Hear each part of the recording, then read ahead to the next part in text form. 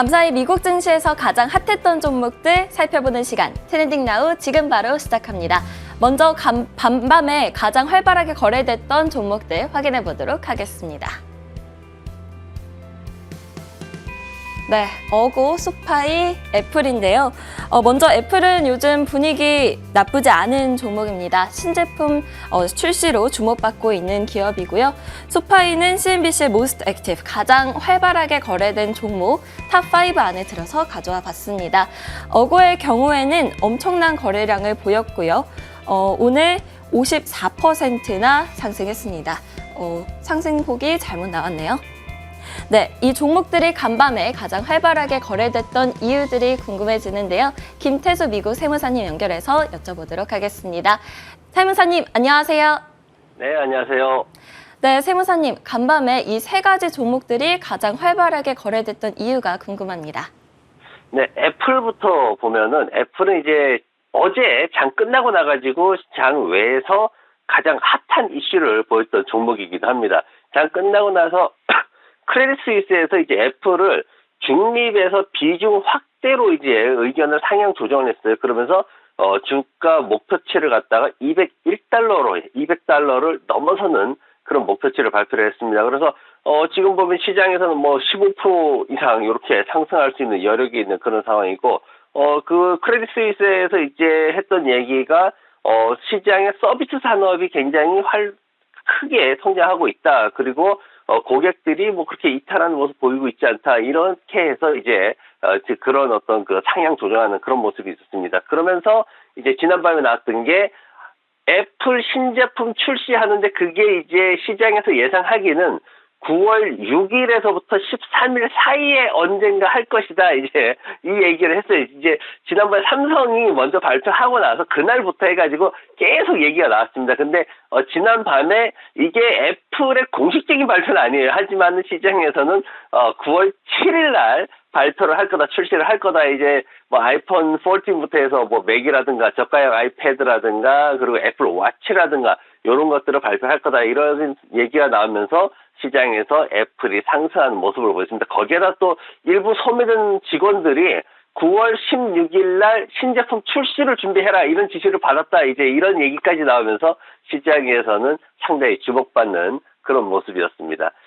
그리고 이제 소파이 이제 테크놀로지 이 회사 같은 경우에는 사실 지금 지난 밤에 이제 나왔던 게 소매 판매라든가 이런 데이터들이 좀 나왔거든요. 그러면서 시장에서는 FOMC 이제 뭐 의사록도 나오고 그랬는데 시장에서는 FOMC 9월달 FOMC를 통해 가지고 매파적인 행보를 지속할 것이다라는 그런 전망이 좀 더 올라갔습니다. 그러니까 쉽게 말해서 0.75%포인트를 3회 연속으로 할 수도 있다. 이런 이제 걱정거리가 생긴 거죠. 근데 이제 그런 걱정거리가 생기면은 기술주들은 문제가 생기는 게 매파적인 스탠스를 가게 되면은 금리가 올라가니까 기술주들은 이미 지난 그 2분기에 투자금이 쫙 빠져나가는 그런 모습 보였어요. 그러면서 해고를 할 수밖에 없는 상황이 생겼고, 그러면서 이제 금리가 그렇게 더 올라가게 되면은 이제는 비용에 대한 문제, 이자 비용이 지금 현재 이런 기술주들 뭐 소파이라든가 아니면은 뭐 업스타트라든가 뭐 이런 회사들이 사실 실적이 순이익을 못 내고 있어요. 여전히 손실 상태입니다. 그러다 보니까 이런 어떤 재무 상태를 좀 더 안 좋게 낼 수 있다. 그러면서 이제 좀 하락하는 그런 모습을 보였습니다. 그리고 마지막으로 미국에서 보청기를 구입할 때는 두 가지 방법이 있습니다. 하나는 뭐냐면은 이제 국가가 지원해 주는데 오바마 케어라든가 재향 군인회라든가 이런 라인을 통해서 할 수가 있고, 또 하나는 이제 병원에 가서 이비인 후과에 가가지고 ENT라고 하는데 이제 이비인 후과에 가가지고 거기서 처방전을 받아야 돼요. 온갖 검사를 다 합니다. 한 번에 끝나지도 않아요. 여기 갔다 와라 저기 갔다 와라 이럽니다. 그렇게 해가지고 처방전 받아가지고 그 닥터가 지정하는데 ENT 전문의가 지정하는데 가가지고 거기에서 그걸 보청기를 해야 됩니다. 비용이 어마어마하게 들죠. 그런데 이걸 이제 1년 전에 사실 지난 7월 달에 바이든 대통령이 이거 너무한 거 아니냐, 이거 가격 낮춰라 이랬습니다. 근데 이제 그게 이번에 통과가 되면서 보청기 한 쌍당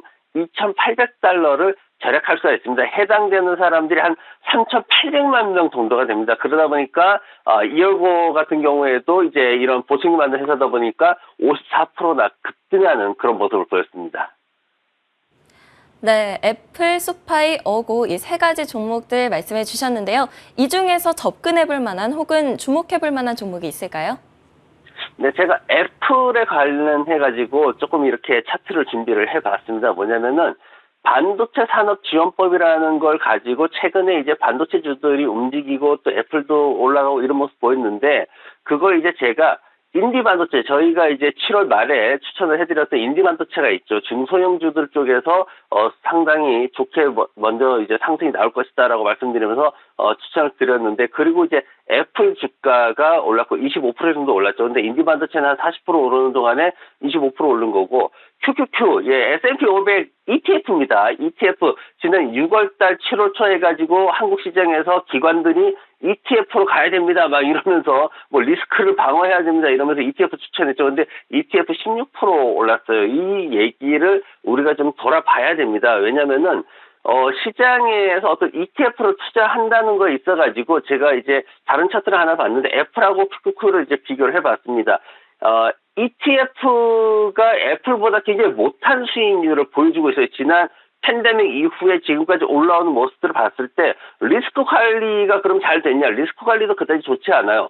ETF는 인덱스 투자가 아닙니다. ETF는 장기 15년 이상 들어가는 인덱스 투자하고는 단기 성향의 투자이기 때문에 이게 정확히 구분이 돼야 됩니다.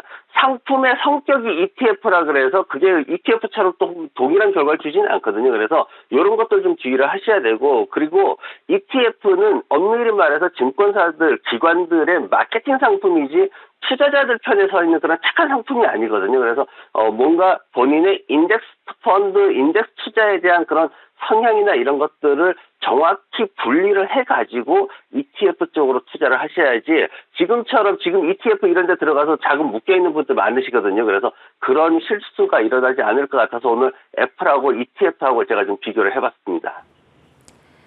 네, 관심주로 애플 꼽아주셨는데요. 유의 깊게 지켜보도록 하겠습니다. 지금까지 김태수 미국 세무사와 함께했습니다. 오늘 말씀 감사합니다. 네, 고맙습니다.